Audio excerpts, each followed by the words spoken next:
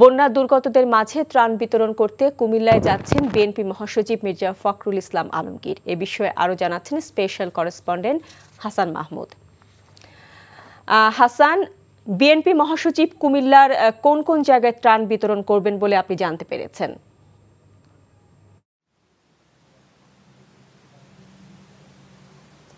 আসলে বিএনপি মহাসচিব মির্জা ফখরুল ইসলাম সকালে রওনা করেছেন বিশেষ করে বন্যার্ত এলাকায় উপদ্রুত অঞ্চলে ত্রাণ বিতরণের জন্য, এবং উনি মূলত প্রথম যে এখানে ত্রাণ বিতরণ করবেন সেটি হচ্ছে লালমাই সরকারি উচ্চ বিদ্যালয়ের মাঠে।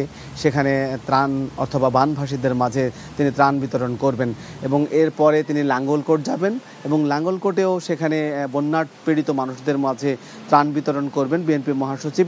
এবং আসলে বন্যার কথা একটু বলি, সেটা হচ্ছে যে এই যে বানভাসী এলাকার মানুষের যে দুর্ভোগ একটু আগে পড়ছিলেন আপনি, এখানে বাস্তবতা আরও বেশি ভয়াবহ এই জন্য যে এইসব মানুষের যে ঘর বাড়ি বসত ভিটা, সেই ভিটাগুলো কিন্তু পানিতে ডুবেছিল 2-3 দিন, যার কারণে এই যে আমি যেই জায়গাটিতে দাঁড়িয়ে আছি এটি একটি বাড়ি এবং এখানে পানি নামতে শুরু করেছে, কিন্তু আপনি দেখুন যে তাদের যে ঘর, এই যে চুলো, এখানে একটা চুলো আছে, সেই চুলো কিন্তু পানির নিচে, অর্থাৎ এইসব মানুষের কিন্তু, এবং এই বাড়িটার ভেতরে যদি আপনি যান তাহলে আপনাকে হয়তো দেখাতে পারতাম যে একেবারে কাদা হয়ে আছে, মাটির মেঝেতে যেই পরিমাণ পা ডেবে যাচ্ছে, অর্থাৎ প্রায় ইঞ্চি 2-1 মতো পা কিন্তু তলিয়ে যাচ্ছে, যার কারণে এই যে পিলারগুলো এগুলো কিন্তু মাটির ভেতরে ডেবে যাচ্ছে, যার কারণে এইসব মানুষের আসলে তারা এই বাড়ি নির্মাণে বা এই ঘর নির্মাণে অথবা এখানে পুনর্বাসনের ক্ষেত্রে তাদের কতদিন লাগবে, এটা শুধু আসলে সেই যুদ্ধটা তাদেরকেই মোকাবেলা করতে হচ্ছে।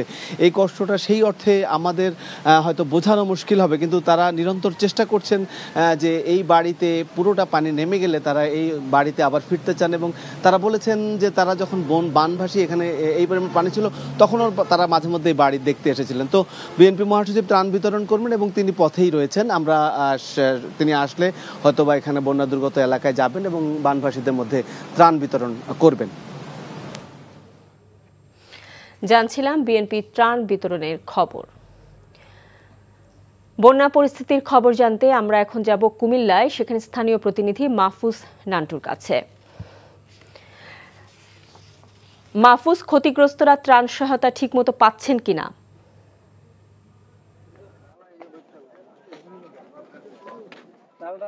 শাওন, আপনাকে জানিয়ে রাখি, গেল বৃহস্পতিবার রাতে কুমিল্লার ভুরভুরিয়া যে জায়গাটিতে আমি এখন দাঁড়িয়ে রয়েছি, সেখানে আসলে মূলত নদী ভাঙনের ফলেই কুমিল্লার 2টি উপজেলা সহ 14টি উপজেলায় বন্যা কবলিত হয়ে পড়ে এবং তখন থেকে 10 লাখ মানুষ পানিবন্দী রয়েছে।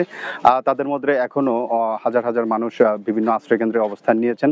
তারা বিভিন্ন জায়গায় ত্রাণ সহায়তা পাচ্ছেন। এখন পর্যন্ত কুমিল্লার বুড়িচং ব্রাহ্মণপাড়ার বন্যা পরিস্থিতি কিছুটা উন্নত হলেও লাকসাম, মনোহরগঞ্জ এবং 14 গ্রামে এখন পর্যন্ত বন্যা পরিস্থিতি কিছুটা স্থিতিশীল রয়েছে এবং ওই স্থানীয়রা মনে করছেন যে আরো দিন 2 পর্যন্ত অপেক্ষা করলে পানি হয়তো কিছুটা নেমে যাবে। সেখানে পর্যাপ্ত ত্রাণ সহায়তা যাচ্ছেন। এখন স্বেচ্ছাসেবীরা এখন ত্রাণ নিয়ে যাচ্ছেন। মূলত আমি আরেকটা বিষয় জানিয়ে রাখতে চাই যে আমি এখন যে জায়গাটি দাঁড়িয়ে রয়েছি সেটা ভুরভুরিয়া এবং এই জায়গাটি দিয়ে মূলত ভাঙনের ফলেই কিন্তু স্মরণকালের একটা ভয়াবহ বন্যা পরিস্থিতি মোকাবেলা করতে হয় কুমিল্লার অন্তত 3টি উপজেলার প্রায় 2-3 লাখ মানুষকে। তো এই জায়গাটি দিয়ে এখন আমরা এসে দেখলাম যে এখনো নদীর পানি এই ভাঙা জায়গা দিয়ে প্রবাহিত হয়ে লোকালয়ে প্রবেশ করছে এবং এখনো অনেক গ্রাম প্লাবিত হচ্ছে।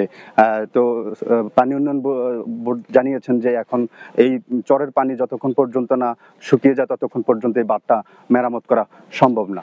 তো আমরা যে কথাটি বলছিলাম যে আজকে কুমিল্লায় বিএনপির মহাসচিব মির্জা ফখরুল ইসলাম আলমগীর তিনি আসছেন বন্যা এলাকাগুলো পরিদর্শন করে সেখানে ত্রাণ বিতরণ করবেন, পাশাপাশি তিনি নেতাকর্মীদের সাথে এসে মত বিনিময় করবেন। শাওন, এ ছিল কুমিল্লার বন্যা পরিস্থিতি সর্বশেষ। জানছিলাম বন্যার্তদের খবর।